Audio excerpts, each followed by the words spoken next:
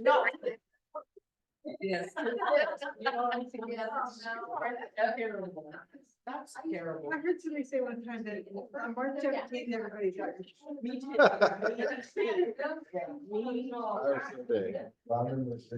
Sister Dinah, you live in the green. Your knees are green from bending down in the grass in the dirt. So I've heard.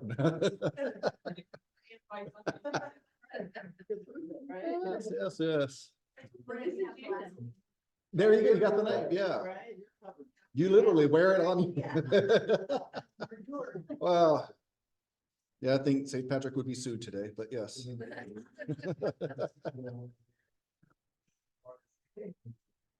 So happy St. Patrick's Day. We will not be talking about him in Sunday school, unless someone has a question, wants to bring it up, but not in the lesson plan this officially. So welcome again to our adult Sunday school class where we are going through the whole Bible timeline. We are in the time frame after the age of the patriarchs, Abraham, Isaac, Jacob, and Joseph, and Job.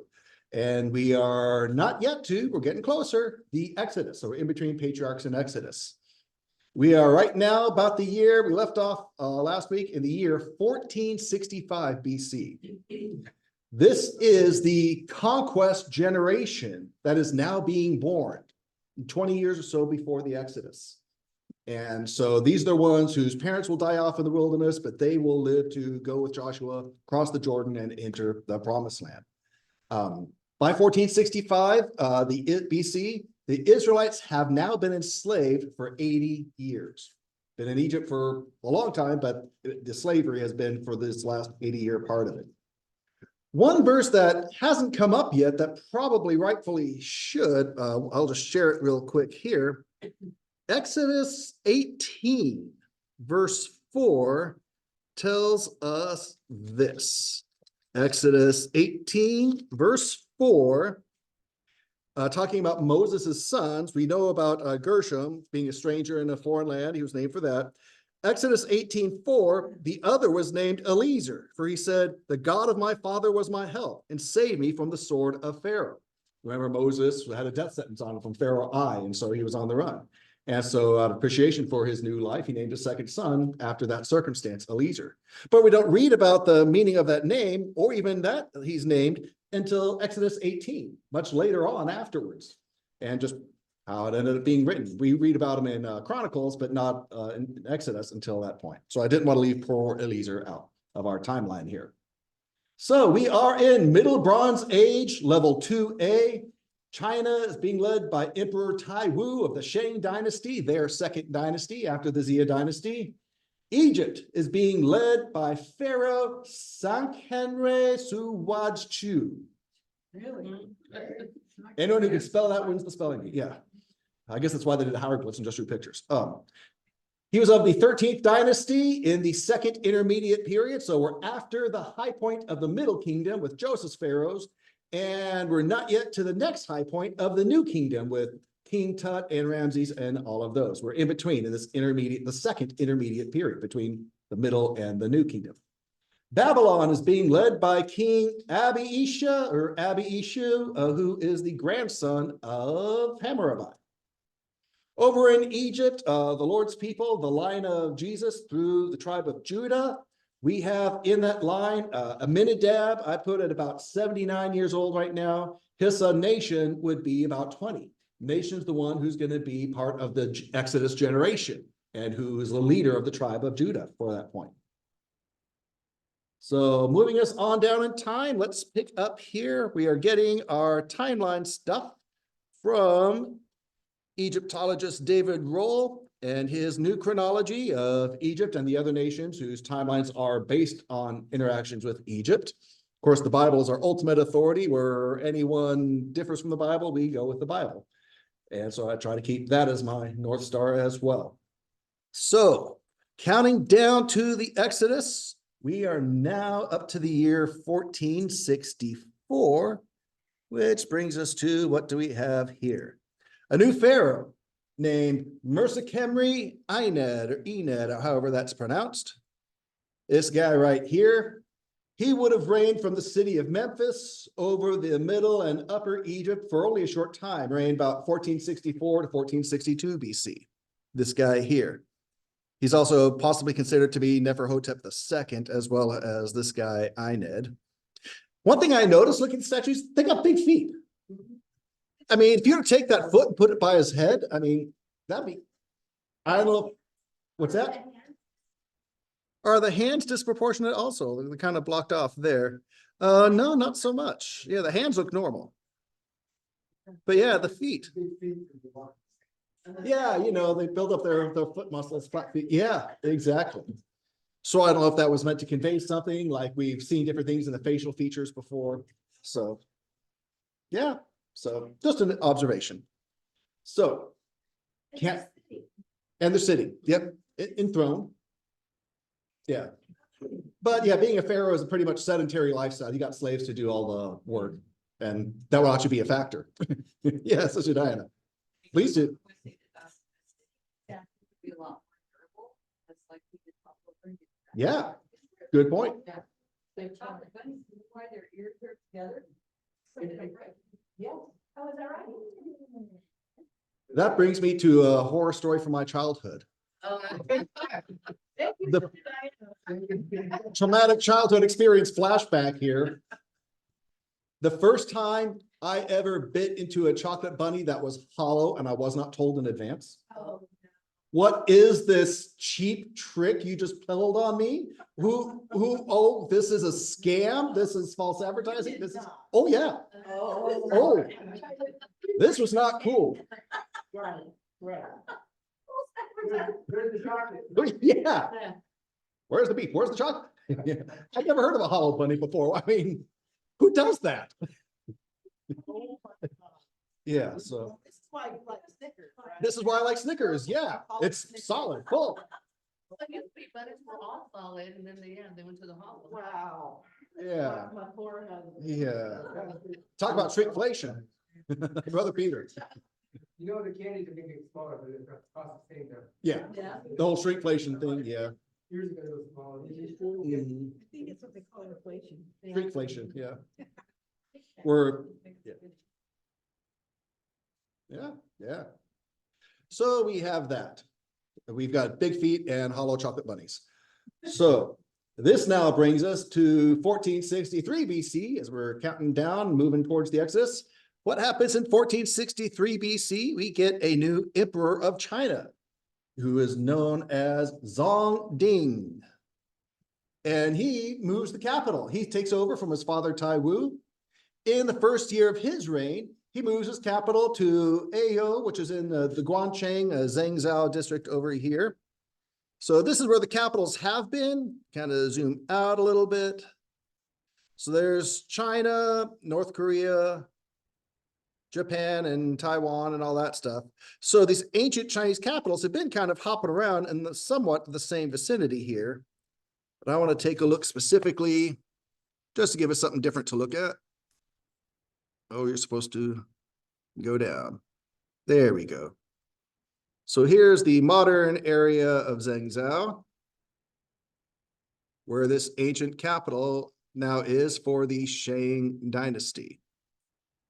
So obviously big city stuff there now, but they do have some items harkening back to their past.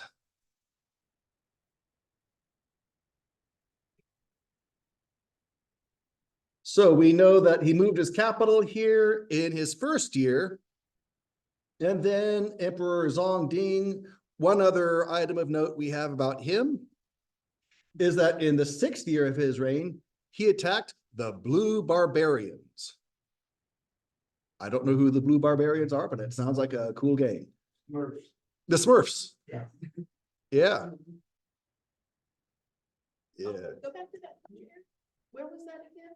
This is in the Guancheng Zhangzhou region of China. Is that where we saw one of those that big statue in that Asia thing we watched? One of them, yeah, Because that's what those faces are similar, yes. On- someplace else? I know that was China. In on Paramount Plus, they have a series of shows called Aerial This, Aerial That. There's Aerial Asia, which has episodes with Singapore, Malay, and India, and some others. We watched one on Burma. There's one on, they've got ones for America and the different really cool. states. Yeah. Greece, Ireland, and others.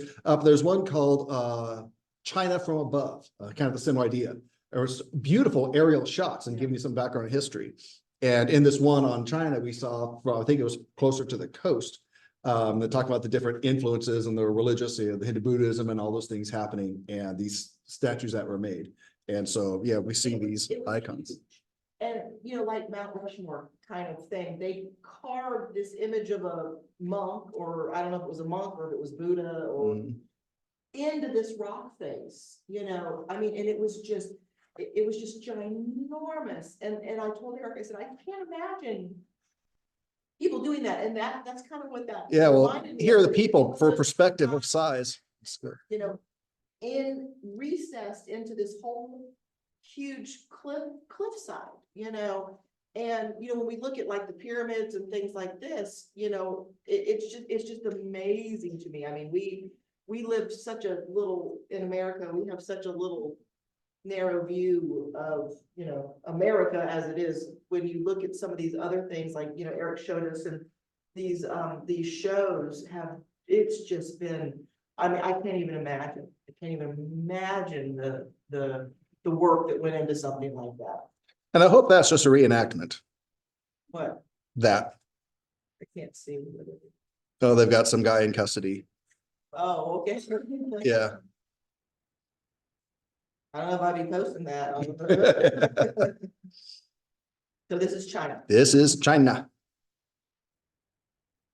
And this is again the area where, during the time that we are talking about right now, the Lord's people in Egypt gearing up for the Exodus, this is where Emperor Zhong in his first year of reign, 1463 BC, moves the capital of the Empire of China to that spot.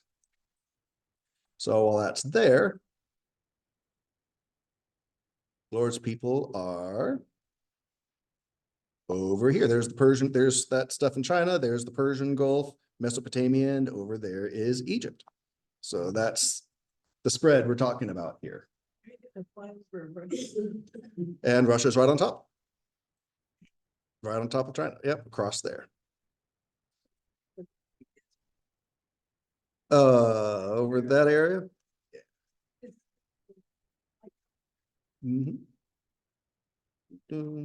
See if a name pops up over that specifically. That's all desert? Desert and some mountain ranges.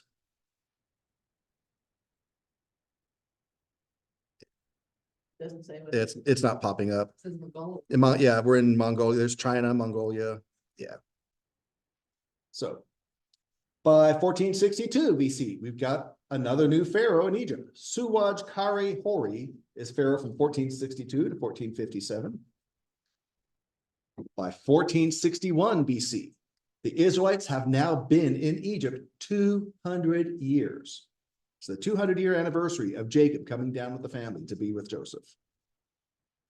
Also about 1461 BC is where I place this next line in the genealogy.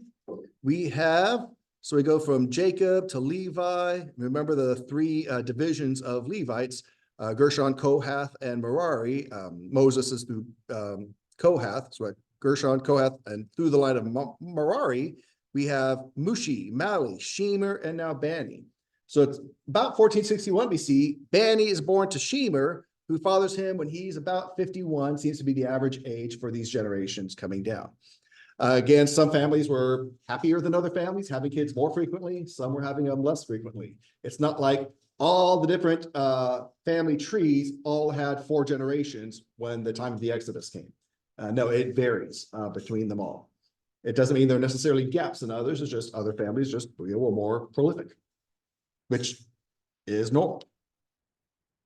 So here we are now, 1460 BC. We have officially entered Middle Bronze Age 2B. Did you feel it? We're all there now. Okay, we've gone from 2A to 2B now. It lasts from 1460 to about 1200 BC. So going into the Iron Age, yeah, so Middle Bronze 2B now. But this brings us to our next scripture. Let's take a look together. Exodus 6, verse 20. Exodus 6, verse 20. While all these births are happening, we don't just have births. Exodus 6, verse 20 tells us, now Amram married his father's sister Jochebed, and she bore him Aaron and Moses, and the length of Amram's life was 137 years. So I put about 1460 BC, we have the death of Amram, Moses' father, at 137 years old. Now, Moses is away for this. He misses out on this. He's over in Midian when his father dies in Egypt. So that's another factor in Moses' life. By 1458 BC, it's now been about 130 years since the events of Job, who is again still alive. 1457 BC, guess what? New Pharaoh in Egypt yet again. This time, Sobehotep VII. And that's a little something from him. There's a cartouche showing the name tag, basically. Shortly after this, 1456 BC, we get a new king in Babylon, Ammiditana. And this tablet talks about him in that cuneiform writing where they put a tablet in their hand of wet clay. They take this little stylus that was wedge-shaped, and they turn the thing in their hand and go E, and make all those little duck feet little markings that people could actually read. And this is called cuneiform. It's done was done Sumerian, now more widespread in Akkadian, thanks to Hammurabi and his influence, similar to how later Alexander the Great would spread the Greek influence across the world. So Akkadian has definitely overcome Sumerian. So what do we know about this guy, Ammiditana, king of Babylon? His reign, mostly peaceful. Most of his time was spent enriching and enlarging temples and other building projects. But in his 37th year, he did destroy the city wall over at Dur that was built earlier by the king of Isin. Ammiditana is also known for his literature. He wrote a hymn to Ishtar. Ishtar, we know, is the false god, demon-inspired. Inanna, Isis, Aphrodite, all of those different various incarnations. So he's got a hymn to her. By 1456 BC, that very same year, we have another pharaoh in Egypt.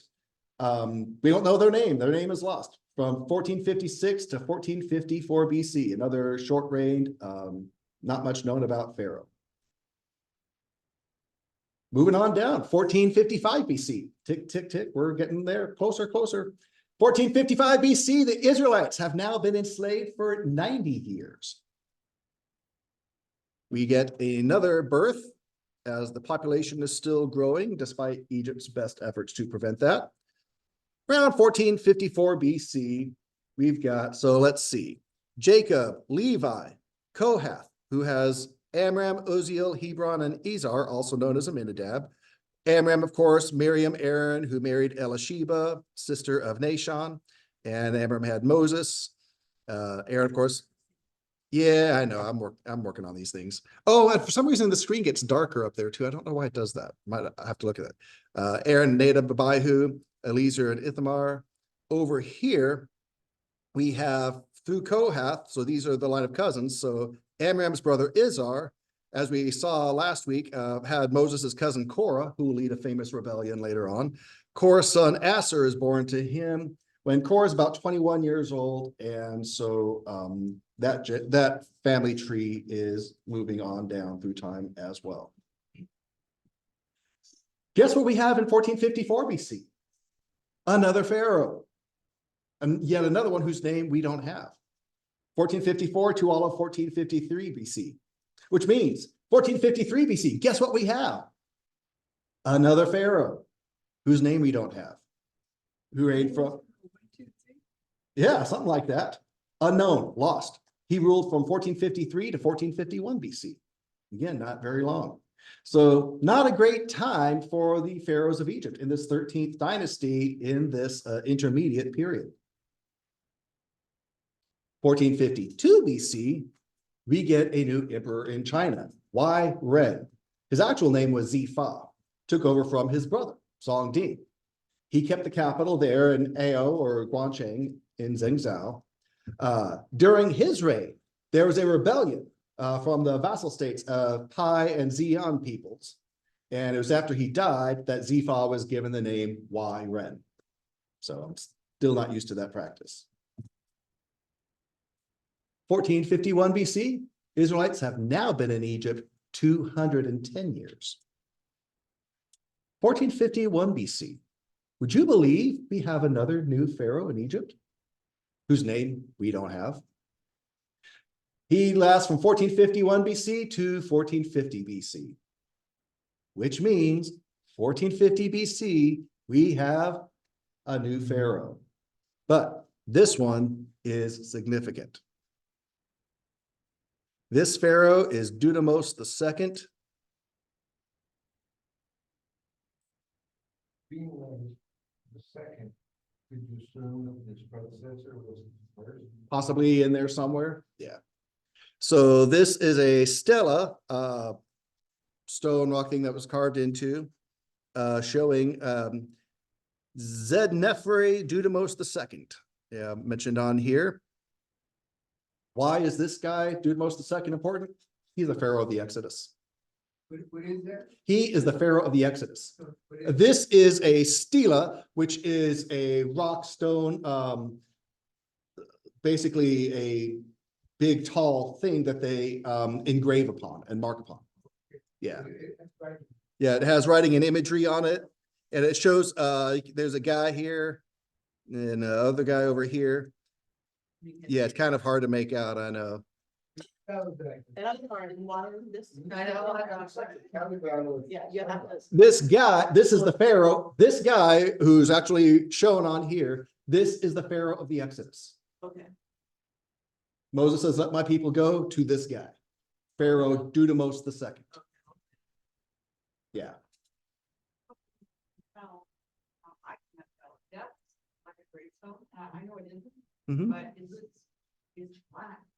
Yeah, yeah, it is flat. Yeah, good observation. Unintentionally at the time, but these stelas, these big rock stone things that they would carve into, they have a flat surface. Sometimes the top would be rounded, like we see here, which is similar to how we have gravestones or grave markers today.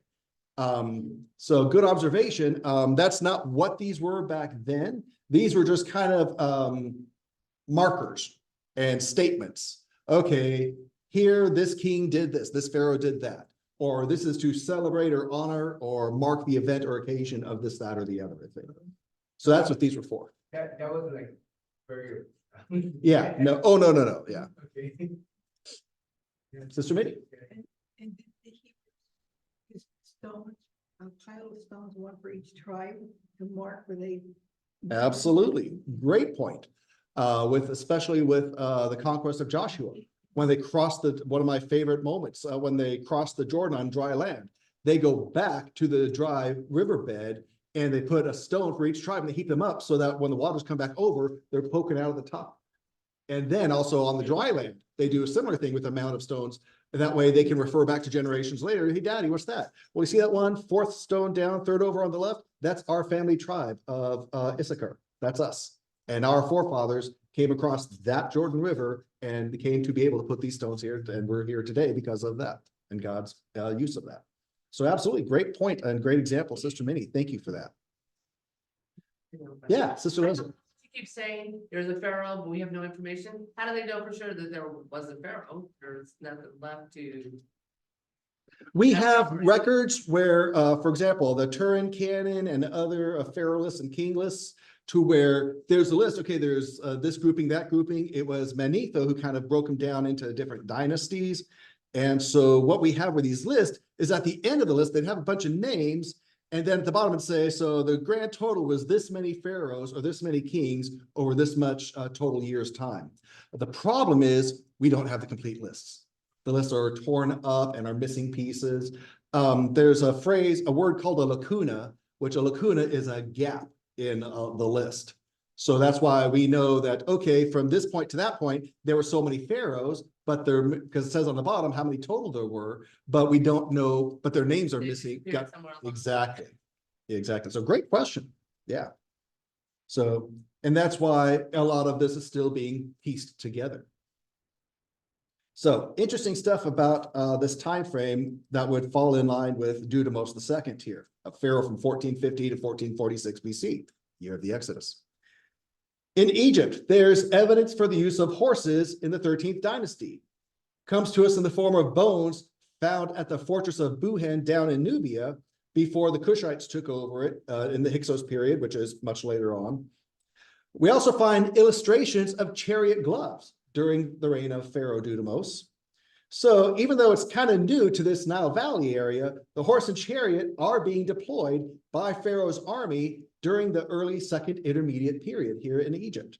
So when we read about Pharaoh's chariots in the Bible, yeah, that fits the evidence.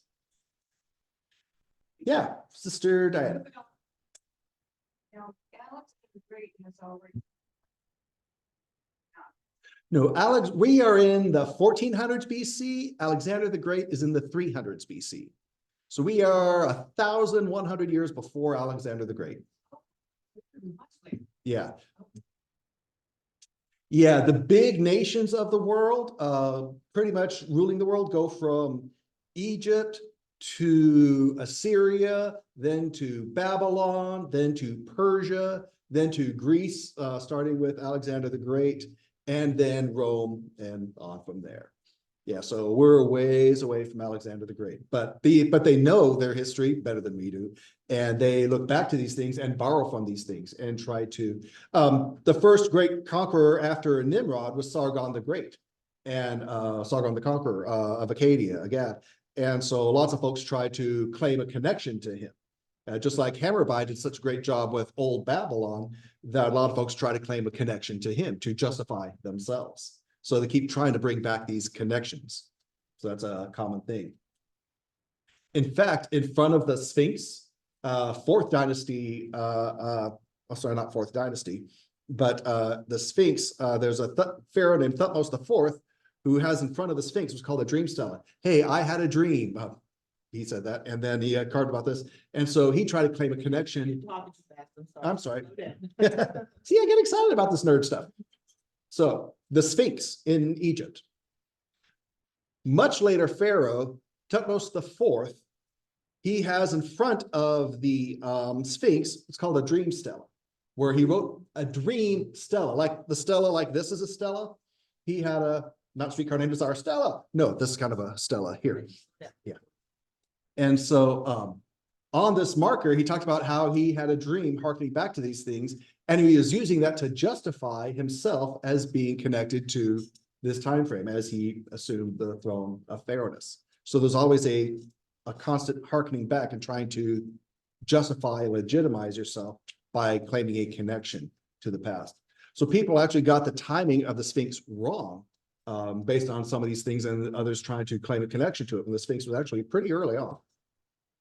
So, yeah, so again, just all these connections being tried to be claimed. But what we do see here, connecting the Bible to the evidence in the ground, we see that, yes, there is confirmation of chariots in Egypt at the time the Bible says there were chariots in Egypt. No surprise to us, of course. But as we've observed, this line of pharaohs here, after the pharaoh who had the death sentence on Moses, when Moses was 40 years old, now he's approaching 80. So after Pharaoh I, we've had 9 more 13th dynasty pharaohs quickly succeed one after the other before we get to this infamous Pharaoh of the Exodus sitting on the throne in Egypt. 1450 BC, Jed-Nefri Dudimose crowned in the temple of Amun over at Karnak. He is now the new Pharaoh and will be the Pharaoh of the Exodus that is just around the corner. So this now brings us to the year about 1448 BC. What's significant about this time frame?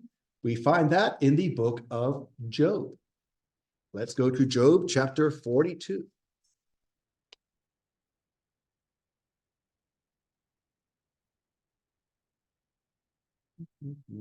There we are.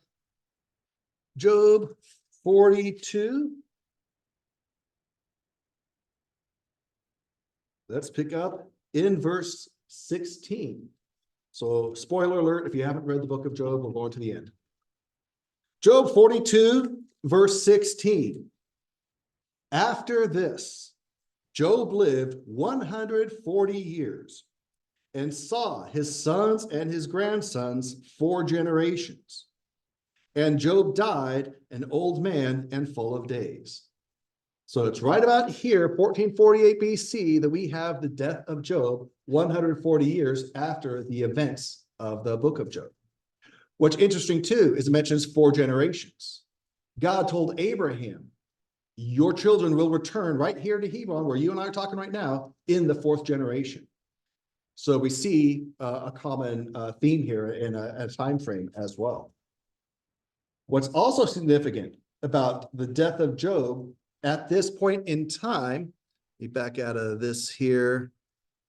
Let's go to somewhere that has a map. Let's just stop. Yeah. So, what was that for the moment? Let's do this.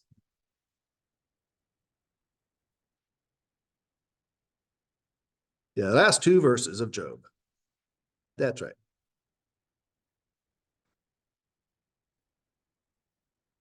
Go like that. So here we are. So we've got, so the promised land is up north here. There's Israel. We've got Mount Seir with Edom and Esau and the Edomites up here. So Mount Seir and the Seir range down here. Here is Midian. Here is the land of Uz, where Job is. And here's Mount Sinai right here. What's significant about this is, as we'll see, I'll probably get to it next week or so, that Moses would take his flock during the different times of the year that were appropriate, up in the spring, early spring and into the early summer, around up the path here, up here, be where there was more vegetation from the rain and stuff. And so Moses was familiar with this side of Mount Sinai. What was over on this side of Mount Sinai? The land of Uz, where Job was. So as Moses is familiar from Midian with the land of Uz, here Job dies and his book gets completed right here, interestingly enough, about the time that Moses is about to get his burning bush call. So Job, being recognized as the first scripture written, possibly written by Moses, keep in mind, Moses has been in the area for the last 40 years or so of Job's life. And so there's been an awareness of the environment and the different peoples that they interact with. And so it's very possible that I believe that Moses took the book of Job with him back to Egypt. And that's the first book we have. And then Moses on the wilderness journey would write the Pentateuch, the first 5 books of Moses, as we know them, Genesis through Deuteronomy. So notice the timing here between the death of Joseph in 1591 BC and here the 140 years between the events of Job and the death of Job fit perfectly in this time frame here. So yeah, so it kind of does all connect and is all somewhat related. So I thought that was significant and worth mentioning. So guess what that brings us to? Exodus chapter 3, which is the burning bush call of Moses.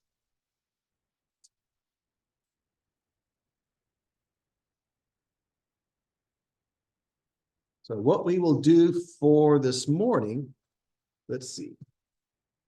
Exodus chapter 3. And what we're going to do is also have Acts chapter 7 open, because Stephen gives a play-by-play as we go. So Exodus 3 and Acts 7. And we'll close down with these scripture readings and for today, and then come back to this next week. Exodus 3, verse 1 to 2. So here we are going into 1446 BC, Exodus 3. And this is under Pharaoh Dudimose II. Now Moses was pasturing the flock of his father-in-law Jethro the priest of Midian, and he led the flock to the back of the wilderness and came toward Horeb to the mountain of God. Then the angel of the Lord appeared to him in a blazing fire from the midst of a bush. And he looked, and behold, the bush was burning with fire, yet the bush was not being consumed. We hold our place there. Acts 7, verse 30. Stephen proclaims, after 40 years had passed, an angel appeared to him in the wilderness of Mount Sinai in the flame of a burning thorn bush. Tag back to Exodus 3:3. So Moses said, I must turn aside and see this marvelous sight, why the bush is not burning up. Acts 7:31. When Moses saw it, he was astonished at the sight. And as he approached to look more closely, the voice of the Lord came. Exodus 3:4-5. When the Lord saw that he turned aside to look, God called to him from the midst of the bush and said, Moses, Moses. And he said, here I am. Then he said, do not come near here. Remove your sandals from your feet, for the place on which you are standing is holy ground. That brings us to Acts 7:33. But the Lord said to him, remove your sandals from your feet, for the place on which you are standing is holy ground. Exodus 3:6 tells us, and he said, I am the God of your father, the God of Abraham, the God of Isaac, and the God of Jacob. Then Moses hid his face, for he was afraid to look at God. Acts 7:32, I am the God of your fathers, the God of Abraham and Isaac and Jacob. Moses shook with fear and did not dare to look too closely. Now, this actually brings us to the Gospels. You can hold your places in Acts and Exodus if you have enough fingers. Matthew chapter 22, because Jesus quotes this event. The Sadducees, who don't believe in a resurrection, challenge Jesus with the whole, this brother married that and died, and then that brother married the wife, that brother married the wife, and none of them had kids, so whose wife is she in the resurrection that they don't even believe in? Matthew 22:31-32. Jesus quotes this and says, but regarding the resurrection of the dead, have you not read what was spoken to you by God? I am the God of Abraham, the God of Isaac, and the God of Jacob. He is not the God of the dead, but of the living. Making the point that when God is proclaiming himself as the God of Abraham and Isaac and Jacob, it's in the present. He is still their God, even though they are long dead from this earth. They are alive in heaven, and he is still their God. So they are, in that sense, resurrected after to that life. Mark 12.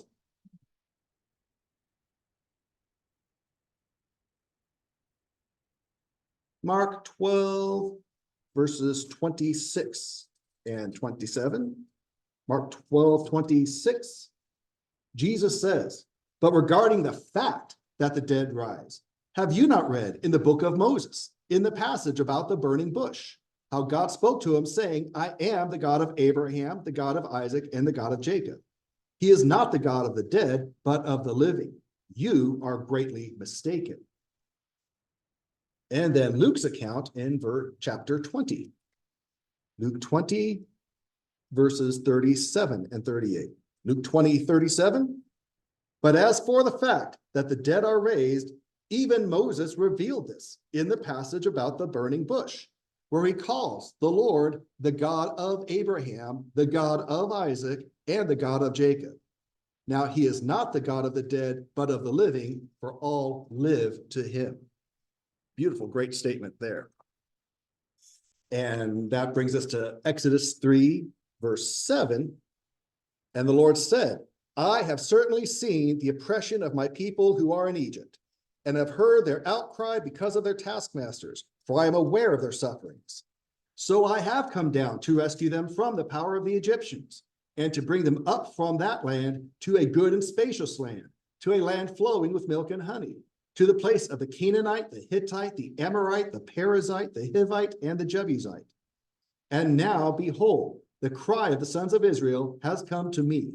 Furthermore, I have seen the oppression with which the Egyptians are oppressing them.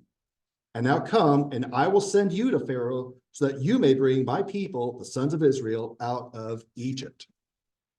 And we tie that to Acts 7:34 and 35. I have certainly seen the oppression of my people who are in Egypt, and have heard their groaning, and have come down to rescue them. And now come, I will send you to Egypt. Now look what Stephen says in verse 35 about this event. Stephen's commentary here. This Moses, whom they disowned, saying, who made you a ruler and a judge, is the one whom God sent to be both a ruler and a deliverer, with the help of the angel who appeared to him in the thorn bush. So we're done with Acts, back to Exodus 3:11. But Moses said to God, who am I that I should go to Pharaoh, that I should bring the sons of Israel out of Egypt? And he said, assuredly, I will be with you. And this shall be the sign that to you that it is I who have sent you. When you have brought the people out of Egypt, you shall worship God at this mountain. Then Moses said to God, behold, I am going to the sons of Israel, and I will say to them, the God of your fathers has sent me to you. Now they may say to me, what is his name? What shall I say to them? And God said to Moses, I am who I am. And he said, this is what you shall say to the sons of Israel.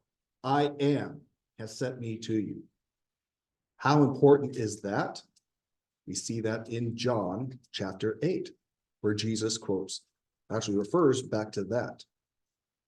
When the Jews are giving Jesus a hard time for some of his claims, John 8:57, the Jews said to him, you are not yet 50 years old, and you have seen Abraham? Jesus said to them, truly, truly, I say to you, before Abraham was born, I am. Jesus is saying that specifically, purposefully, directly connecting back to the burning bush there. And we'll close with Exodus 3:15-22. God furthermore said to Moses, this is what you shall say to the sons of Israel. The Lord, the God of your fathers, the God of Abraham, the God of Isaac, and the God of Jacob, has sent me to you. This is my name forever, and this is the name for all generations to use to call upon me. Go and gather the elders of Israel together and say to them, the Lord, the God of your fathers, the God of Abraham, Isaac, and Jacob, has appeared to me, saying, I am indeed concerned about you and what has been done to you in Egypt. So I said, I will bring you up out of the oppression of Egypt to the land of the Canaanite, the Hittite, the Amorite, the Perizzite, the Hivite, and the Jebusite, to a land flowing with milk and honey. Verse 18, then they will pay attention to what you say, and you with the elders of Israel will come to the king of Egypt, and you will say to him, the Lord, the God of the Hebrews, has met with us. So now please let us go a 3 days journey into the wilderness, so that we may sacrifice to the Lord our God. But I know the king of Egypt will not permit you to go, except under compulsion. So I will reach out with my hand and strike Egypt with all my miracles, which I shall do in the midst of it. And after that, he will let you go.